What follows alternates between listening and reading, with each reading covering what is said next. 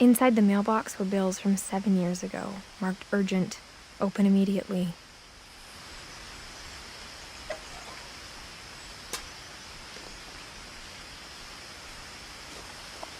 I hadn't been back since my brother Lewis's funeral.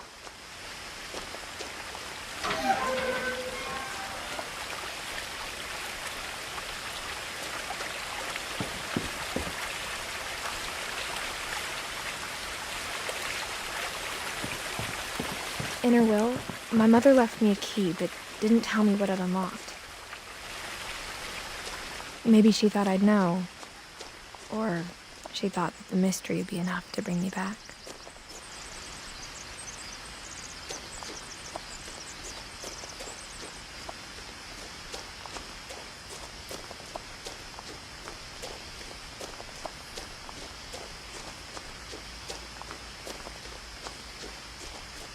No one had driven this way in a long time, but I saw a few hoof prints.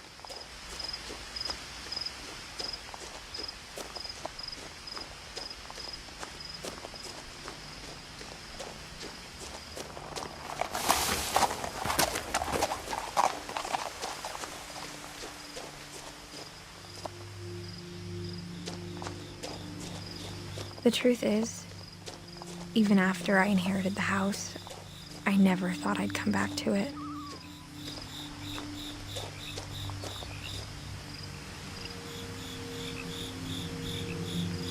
But now I had questions about my family that only the house knew the answers to.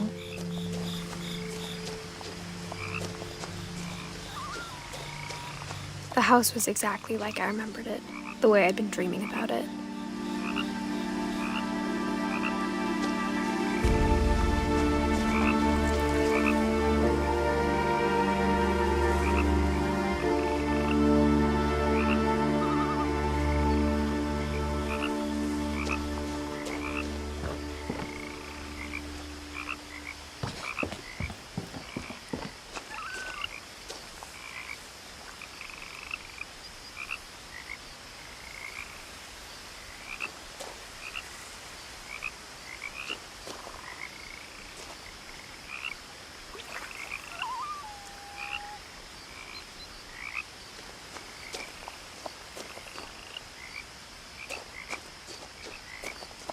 As a child, the house made me uncomfortable in a way I couldn't put into words.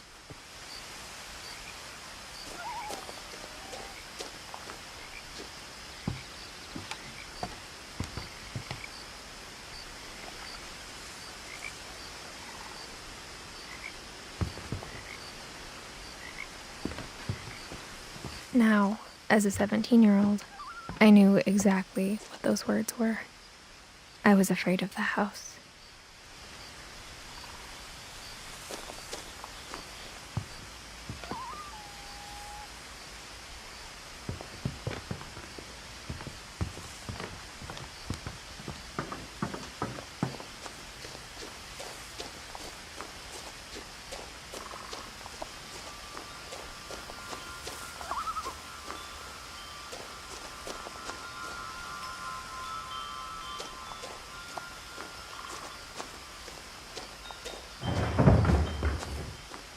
I heard something moving around in the garage.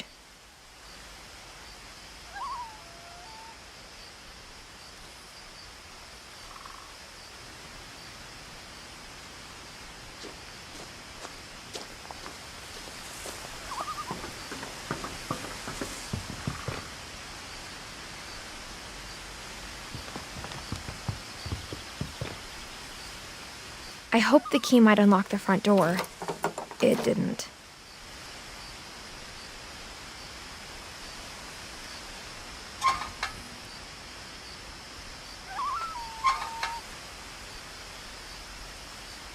Looking in, I felt like the house itself had been waiting for me.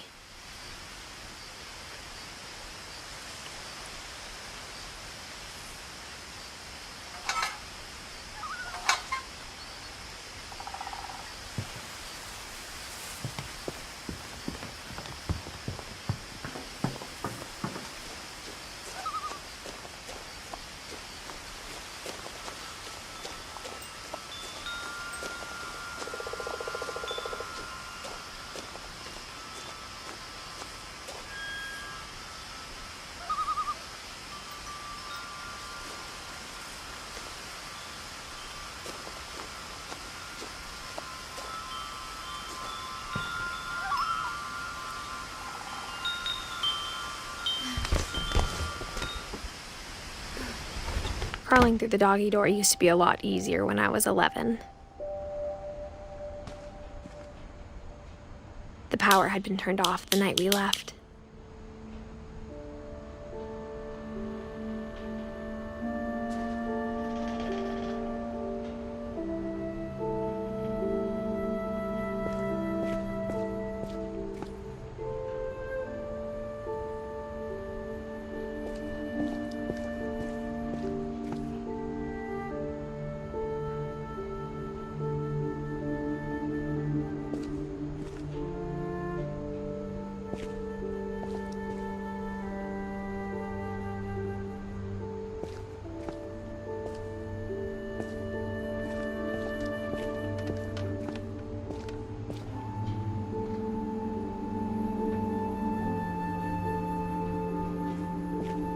For the first time in years,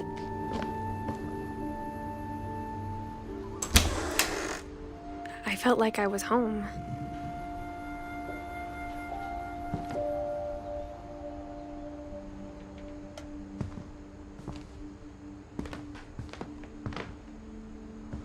But instead of a family, there were just memories of one.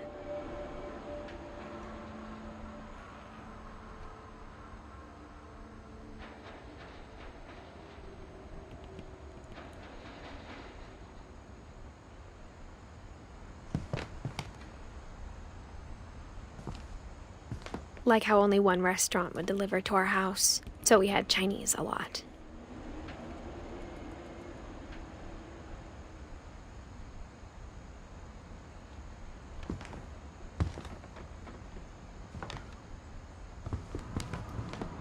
Or how after Louis started working at the cannery, we all got sick of eating salmon.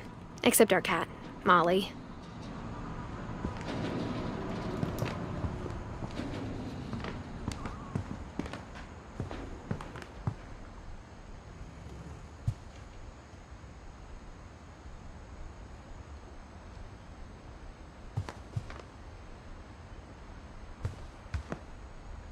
The table was still a wreck from the night we left.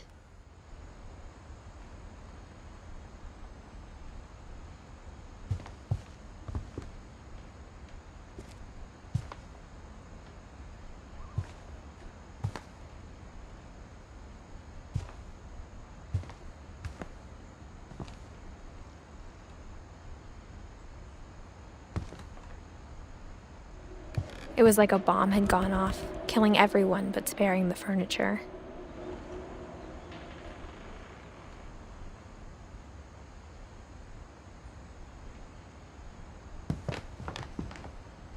My mom was the only one of us who could imagine Great-Grandma Edie living in a nursing home.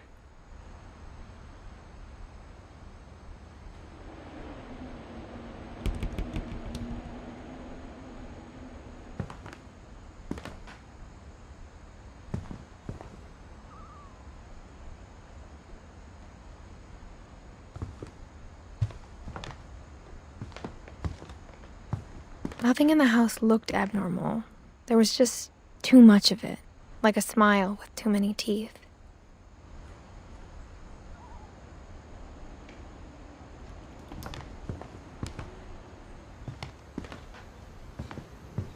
Even the fireplace had a story. Edie told me the bricks came from the original house, after it sank.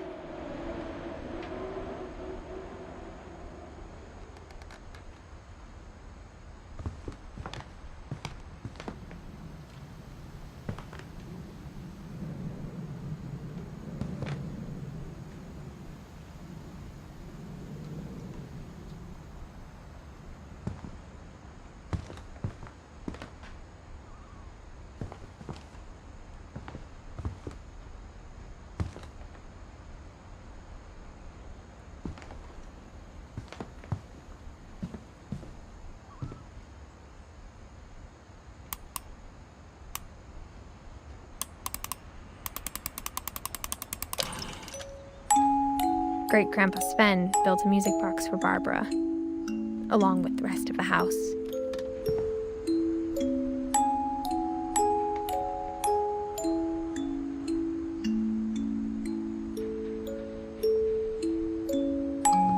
Mom always told me to stay out of the basement, so I wasn't too surprised when the key didn't fit.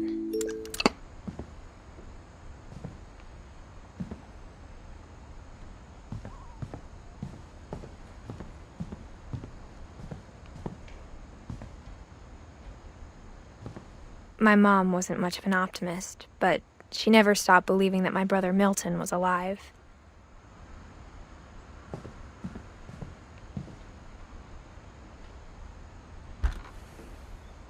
Edie told me once that every Finch who ever lived is buried somewhere in the library.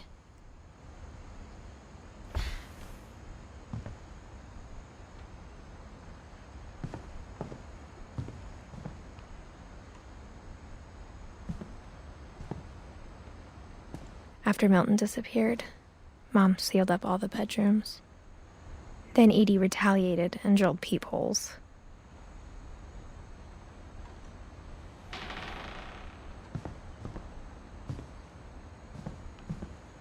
I spent a lot of time playing in Great Uncle Walter's room. I think my mom sometimes regretted not sealing it up.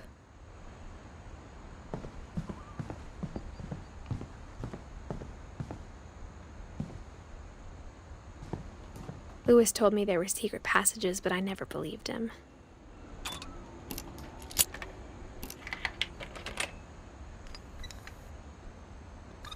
Turns out, my mom was really good at keeping secrets. Now it was time to find out what my mom had been afraid of.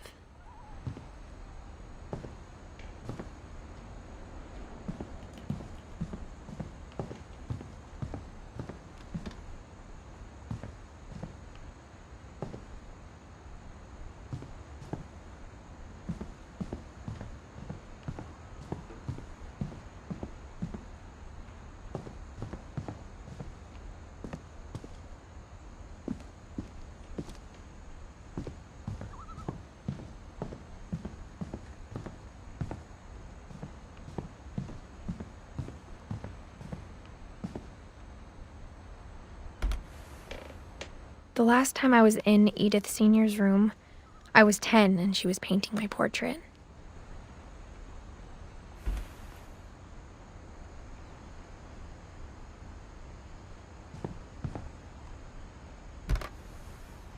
My Grandpa Sam spent 7 years sharing a room with his dead brother, Calvin.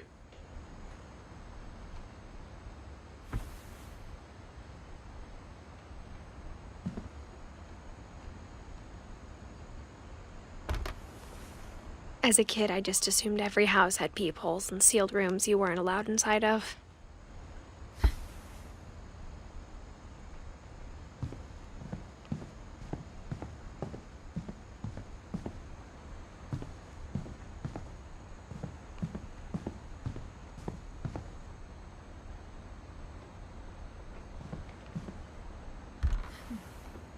Molly always seemed like a girl I could imagine being friends with, if she hadn't died in 1947.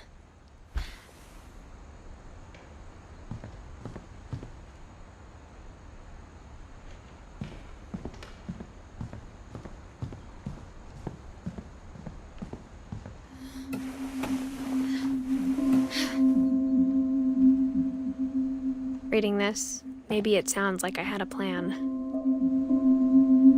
From the paintings on the wall, it was clear my brother Milton had been here before me.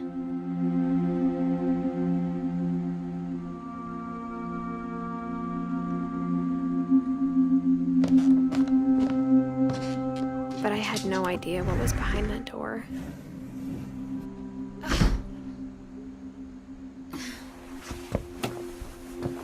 Just like I had no idea where all this was gonna lead.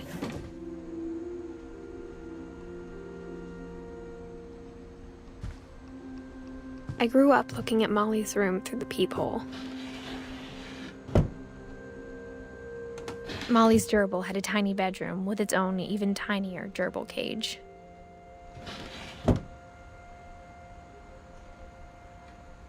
Being inside for the first time, I felt like I'd stepped behind a painting.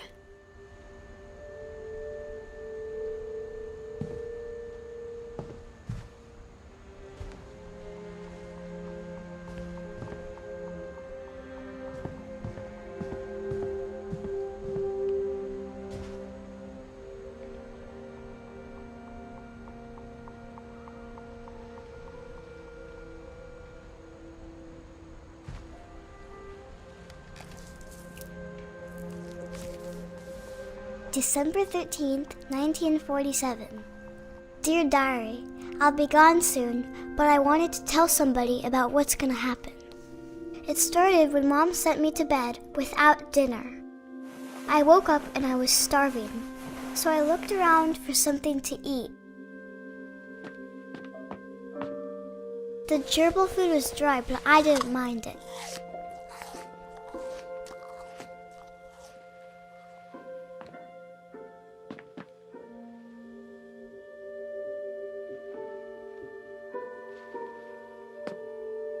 My Halloween candy was all gone.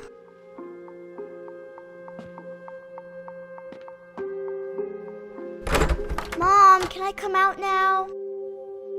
Sweetheart, it's late. Go to sleep.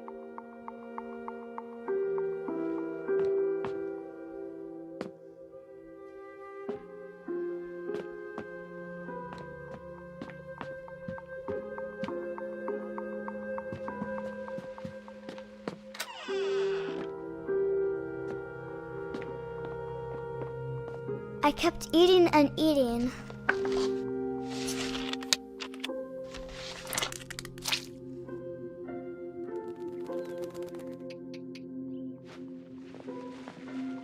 I ate a lot of things that night.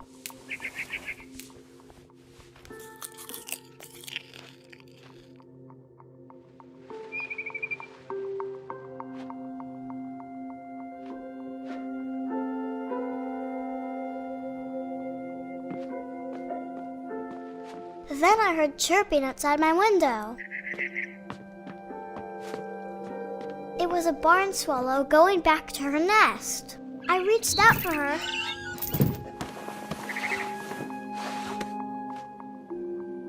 And suddenly, I was a cat.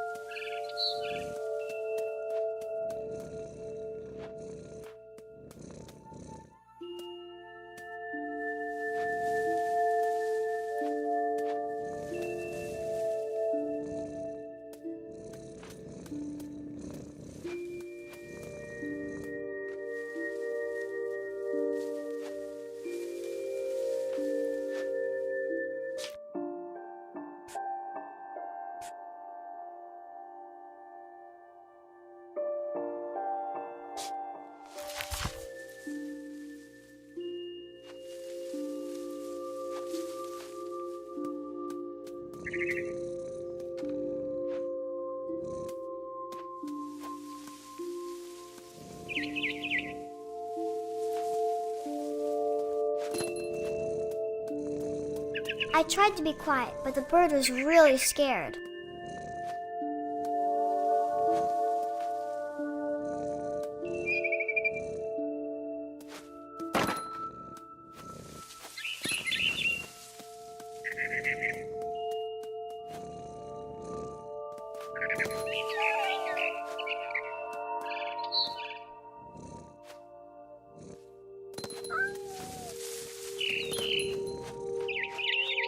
Mom and Dad didn't even look at me.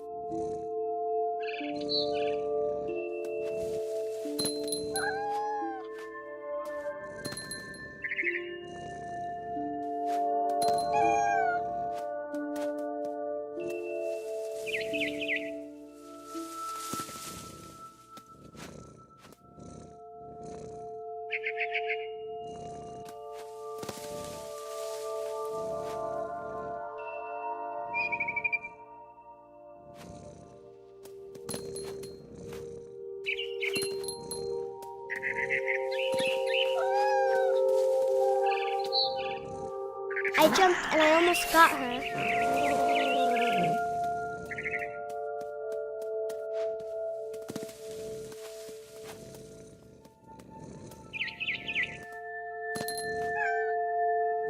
I could tell she was getting really tired. Now I was up in the big tree. I promised Dad I wouldn't climb it anymore. All I cared about was eating that mama bird.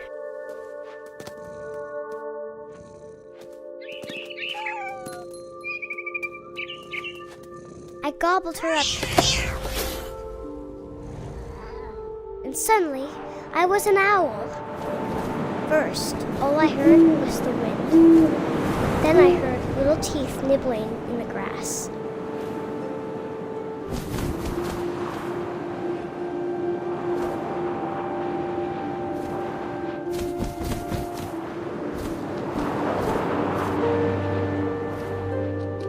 Rabbits.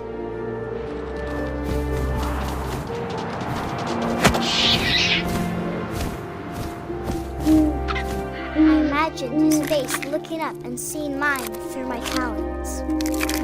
I swallowed him up, and I didn't chew one bit. Then I flew off to find something bigger.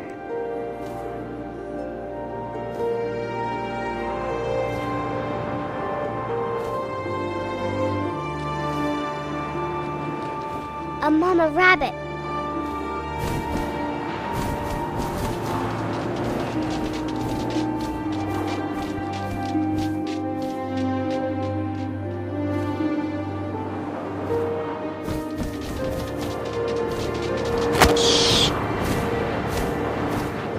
She was almost too big to carry. I started choking, but I couldn't stop eating. And suddenly, I was a shark!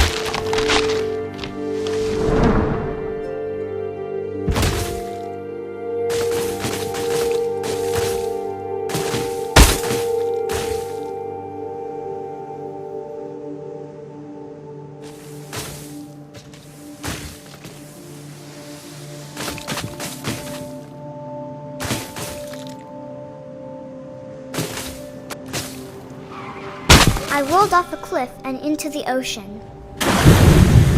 Now, I was hungrier than ever.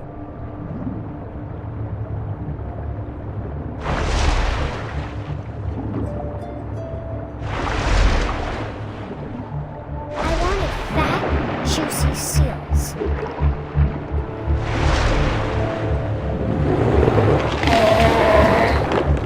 I tore off her flipper, and it tasted really good.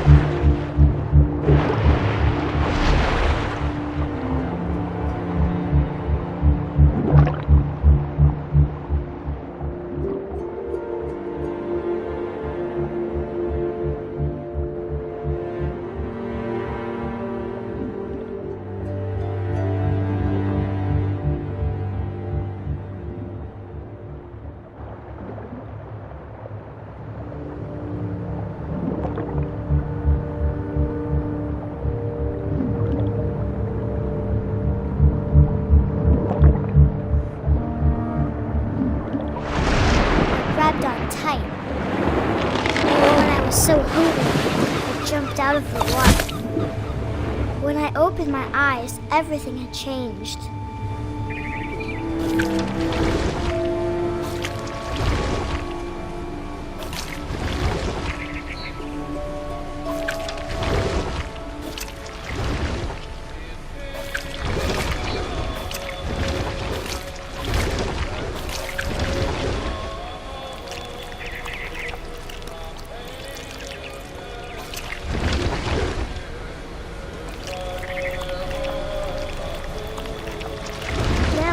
monster, and I smelled people everywhere.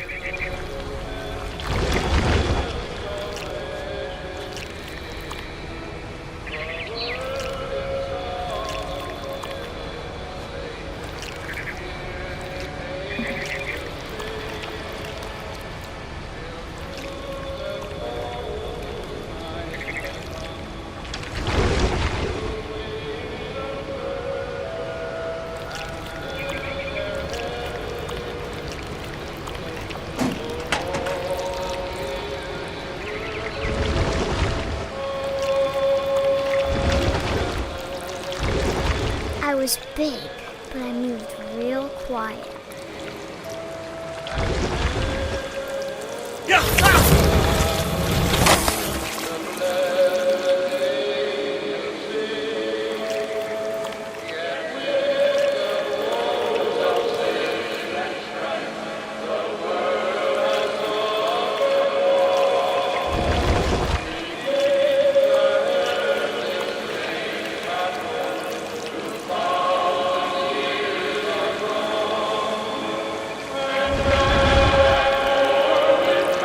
To stop, but also I didn't.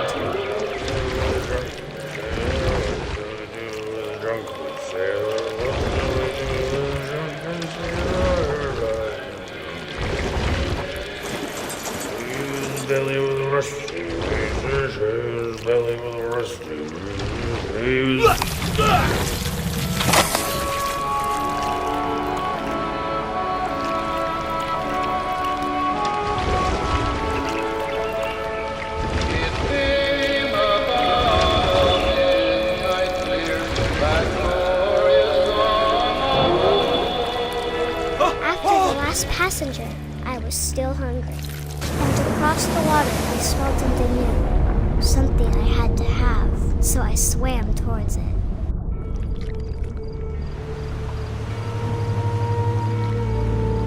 I slithered onto the sand, and the good smell went into an old pipe.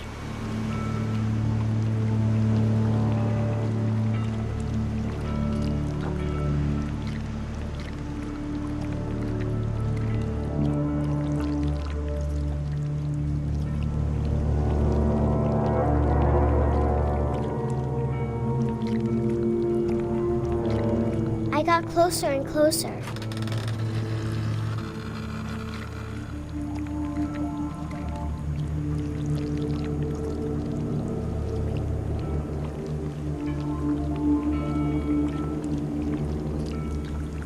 All of my stomach started growling. And suddenly, I was me again. I held my breath for a long time, but I couldn't hear anything. I think it's waiting for me to fall asleep. But it's not going to wait much longer. It needs to feed, and we both know I will be delicious.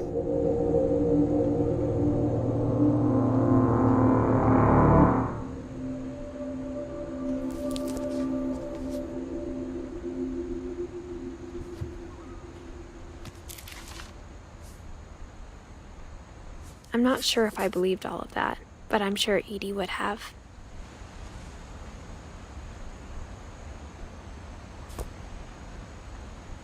I got the sense Edie had spent a lot of time here, before my mom sealed the doors.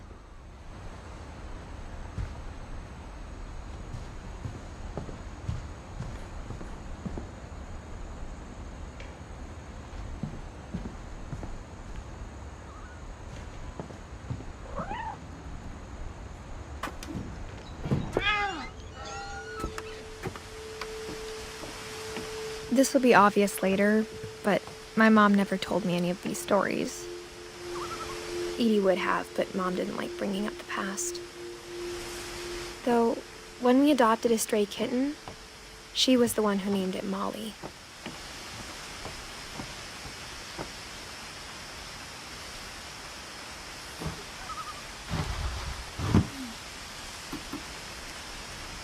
I spent a lot of time in Great-Grandma Edie's room.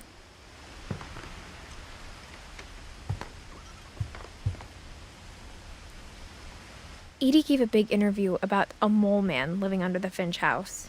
My mom was furious. I hadn't thought of myself as Edith Jr. for a long, long time.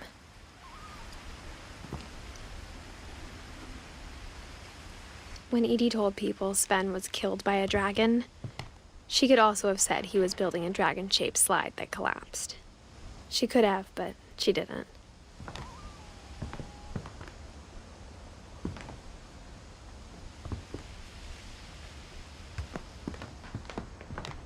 Even in her 90s, sometimes Edie seemed a lot younger than my mother. Louis died a week before we left, but Edie had already started to memorialize him. Her room was like a museum. For 500 years, the Finches have been famous throughout Norway for their fortune and misfortune.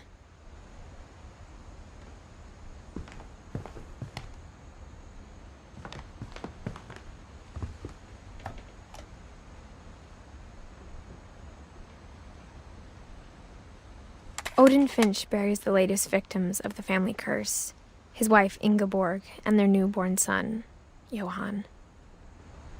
On January 7th, 1937, he set sail with his family and his house, hoping to leave the curse behind.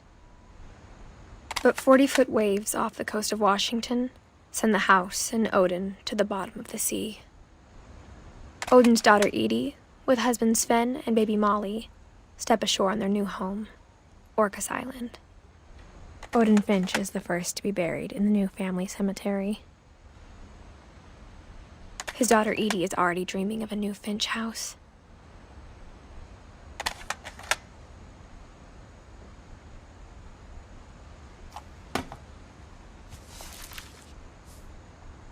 Whatever's wrong with this family, it goes back a long ways.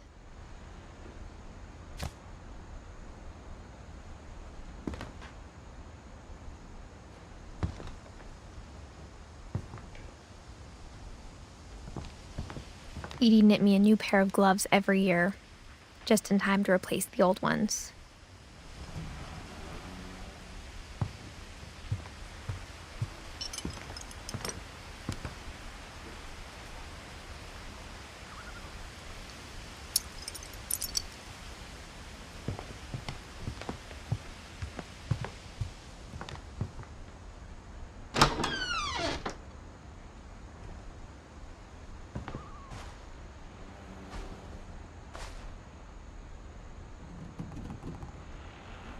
The only trace Grandpa Sam's first wife, Kay, left on the house was the pink bathroom. It was a pretty big trace.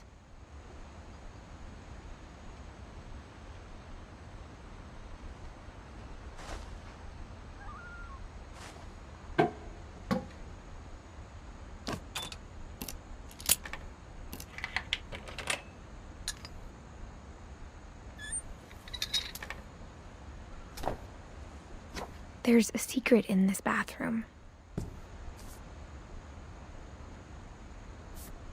It's in the last place you would look. It isn't in the cupboard. It's hidden in this book.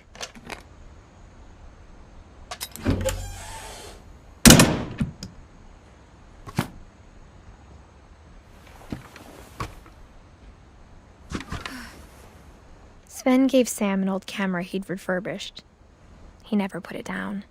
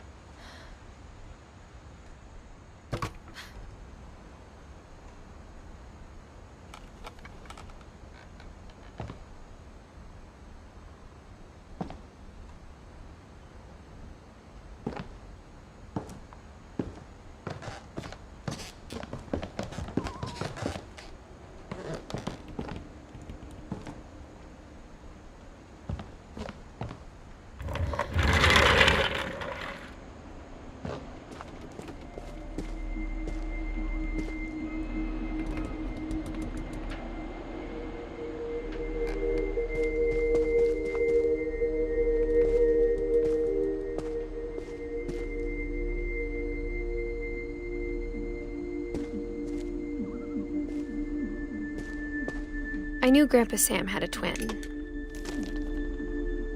and that he never talked about him.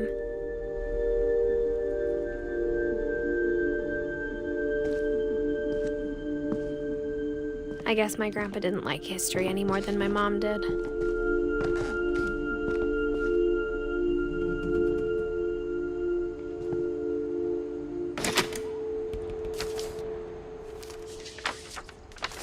How I Want to Remember My Brother by Sam Finch. The thing I remember is that when he made up his mind, that was it.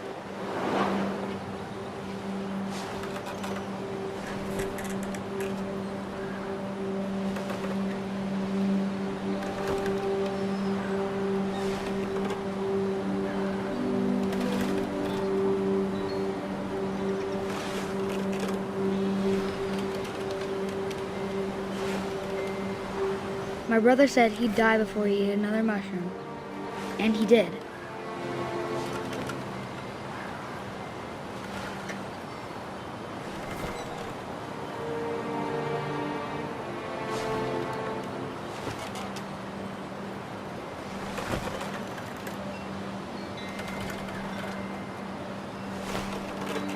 At Barbara's funeral, we swore we'd never be afraid again, and he wasn't.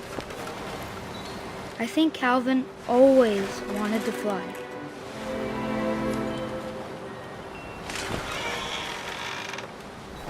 Sam! Calvin! Dinner's ready! Coming! But that day, he finally made up his mind to do it. I told him going around was impossible. Maybe if I hadn't said that,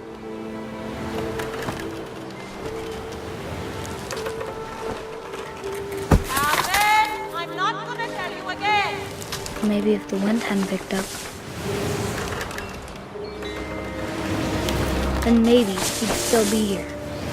But I doubt it. I think he'd already made up his mind. That's what I want to remember about my brother.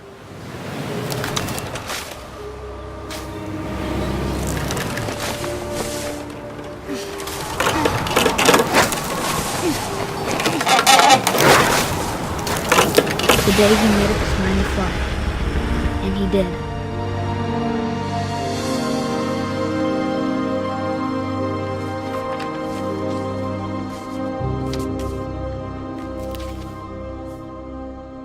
Calvin's story felt strangely familiar. When I was younger, I remember trying to do the exact same thing.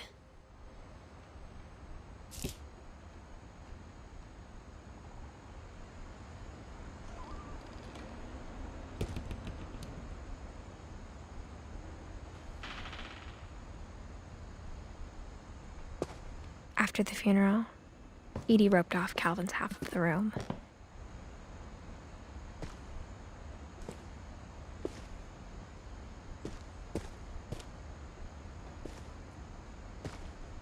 Mom said Grandpa Sam enlisted at 18 and never set foot in the room again.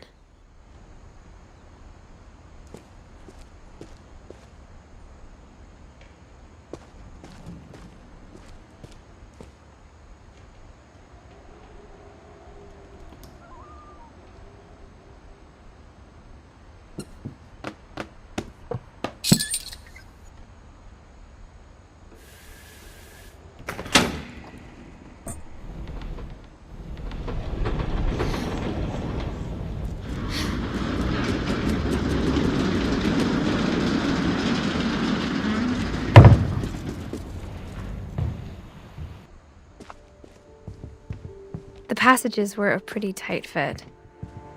They'd obviously been built for smaller hands and bellies.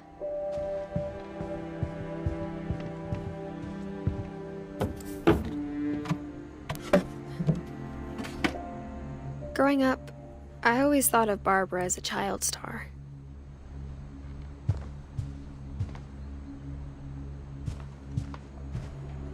I never thought about how hard it must have been for her afterwards.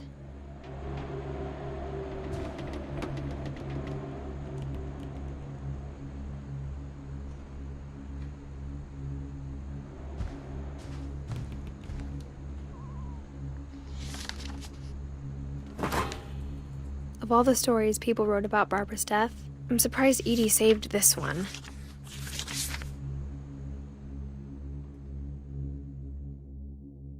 Old Jack here with another ghastly tale inspired by America's most unfortunate family.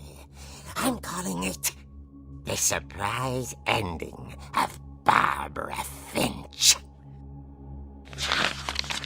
As a child star, Barbara was famous for her scream. Now at 16, she was all washed up. A has-been. But in a lucky break, she'd been asked to perform her signature scream at a local convention for monster movie fans. It was just the boost her career needed. Unfortunately, her scream hadn't aged well. Getting better. I think you just need the right motivation. Her biggest fan and current boyfriend, Rick, was about to demonstrate when... Now that was a great scream. It was Barbara's father, Sven. He'd slipped into a table saw and had to be rushed to the emergency room. So Barbara got stuck babysitting her youngest brother, Walter. Her convention comeback was cancelled.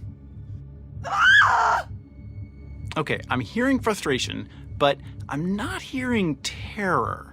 What if I tried... A gang of hoodlums in Halloween masks have been terrorizing Orcas Island tonight. Police are urging residents to... That came from the basement. You're right! Also, I loved your delivery on that. Why is your basement door locked? Because my dad likes making puzzles and secret passages. There's a key hidden in the music box. The secret is to keep winding and winding until finally the key pops out.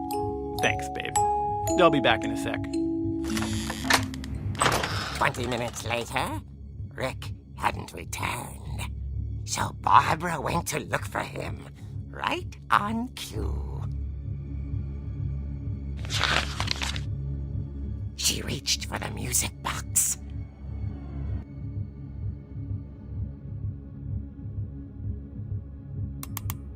And as she wound the key, she listened for Rick, but the house was silent.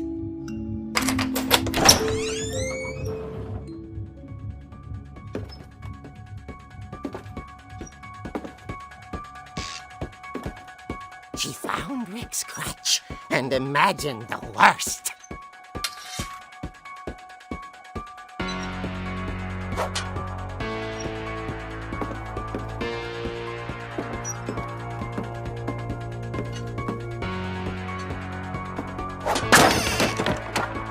The gang's leader is the infamous Hookman Killer, Dr. Carl Hamill, who impaled and then ate his family 10 years ago tonight.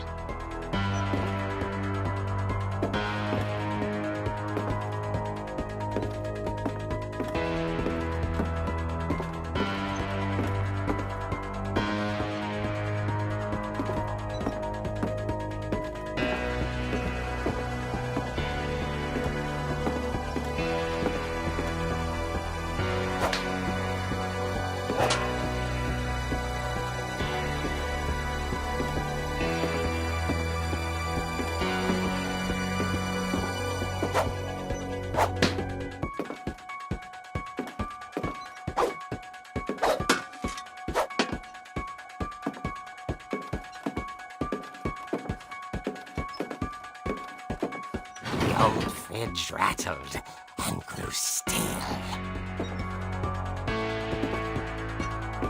Oh dear! Oh! Rick? Barb, relax. I was just trying to scare you to help you find your scream. Well, I'm not scared, Rick. I'm furious. Then act furious. All I'm getting from you now is that you're hurt and confused and you're... She threw him out, but she kept a little something to remember him by. Barb, have you seen my other crutch? And she was still holding it when she fell asleep watching the late picture show. hours later... Barbara! Walter, what's going on up there? Ah! Okay, I'm coming up, but if this is a trick, you're dead, Walter.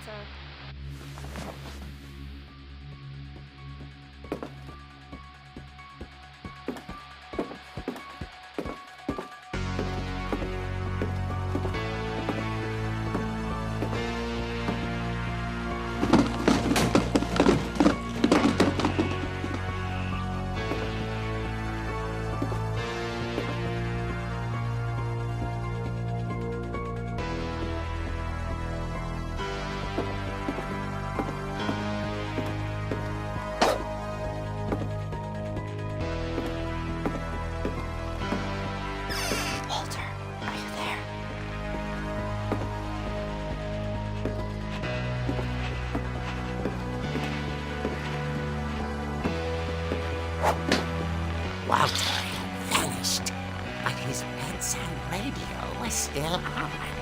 Orcas Island police describe the man as 6 feet tall, with a steel hook for a hand. Residents are urged to lock all doors and windows and notify the police of any suspicious activity. Barbara turned, saw the hook man, and was speechless. He was quite smashing.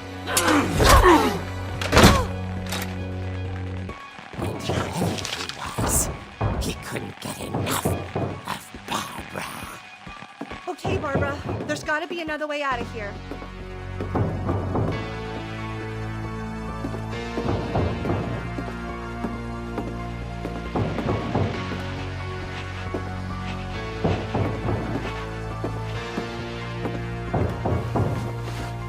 That night, she played her part beautifully.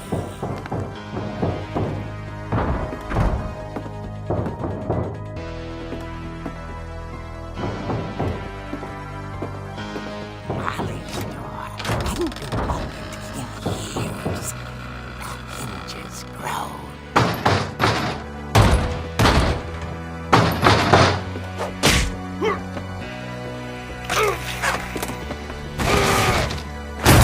He wasn't moving, but she sensed the story might not be over yet.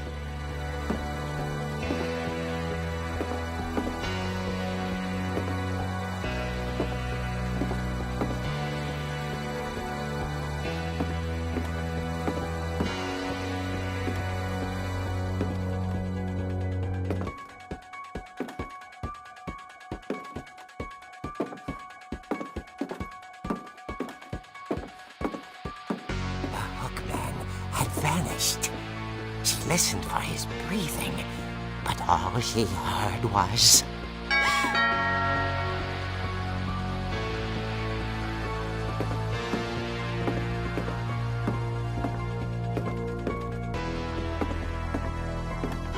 Someone at the door was dying to speak to young Barbara. At the door, she heard whispering. It was coming from inside the house.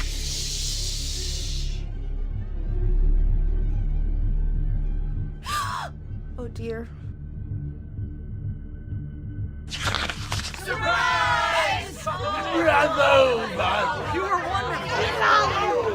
monsters had come to surprise her. For Barbara, it was a dream come true. Then she saw what kind of monsters they were, and she realized what was about to happen. She was going to be famous. And with her final breath, Barbara Finch gave the performance of her life.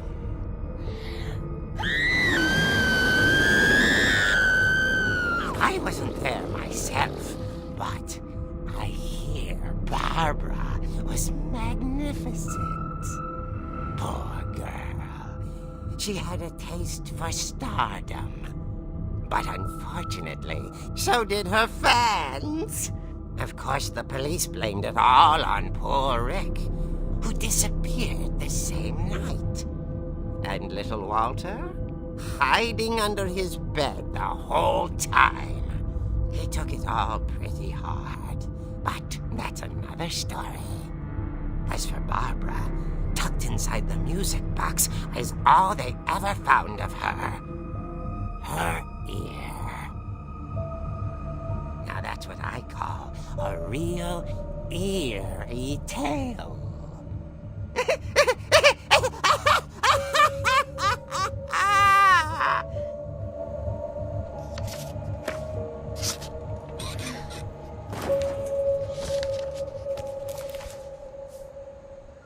Edie told me all Barbara wanted was to be remembered, as absurd as that comic was.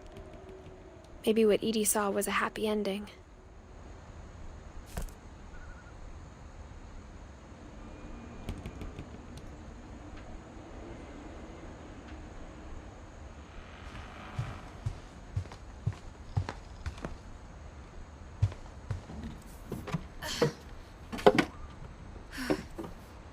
I guess now I know why Mom didn't like me playing with the music box.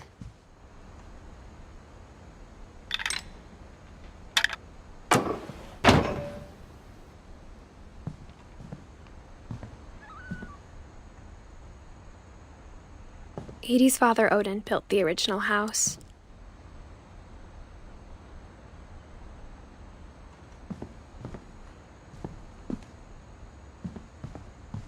Whenever people ask me about my family, the first thing they always want to know about is Barbara.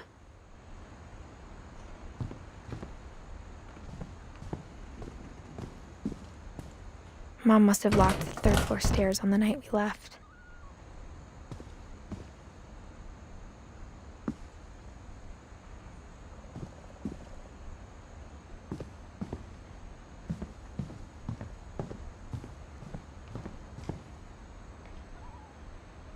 It's funny. All those times I played with the music box and never found the basement key.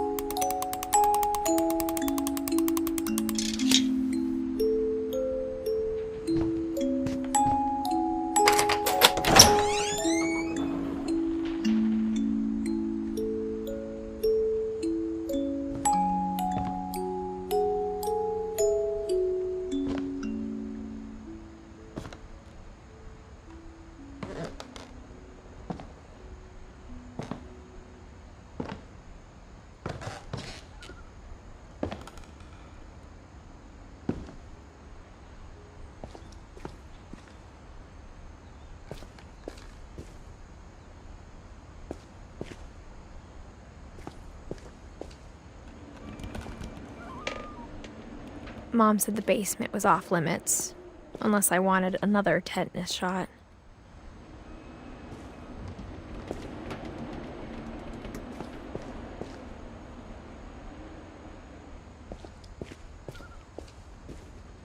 I saw Edie sneak down to the basement once, carrying packages.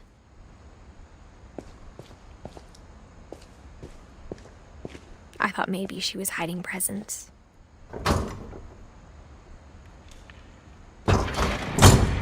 It turned out she was hiding a lot more than that.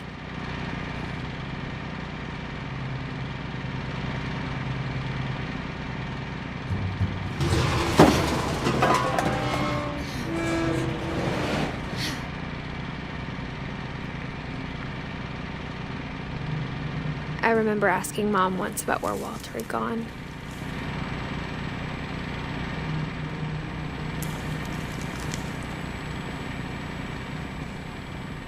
She said after Barbara died, he got as far away as he could.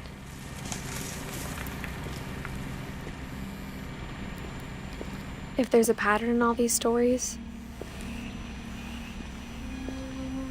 I think it's that none of us has gotten very far.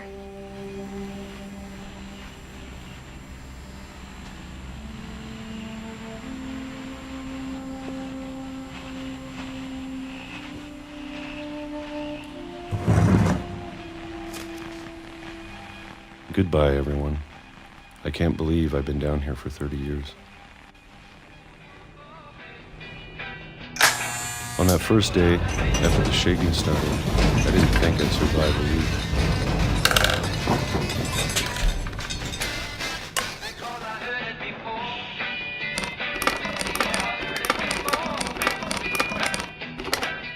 But after a few days, I settled into a routine. That's what kept me sane. Having a schedule, living for today. I always expected to be dead tomorrow. But if you wait long enough, you get used to anything.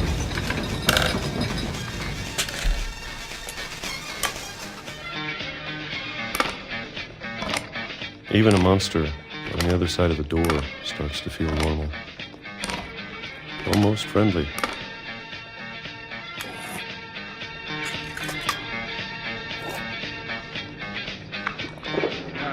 And then one day, everything just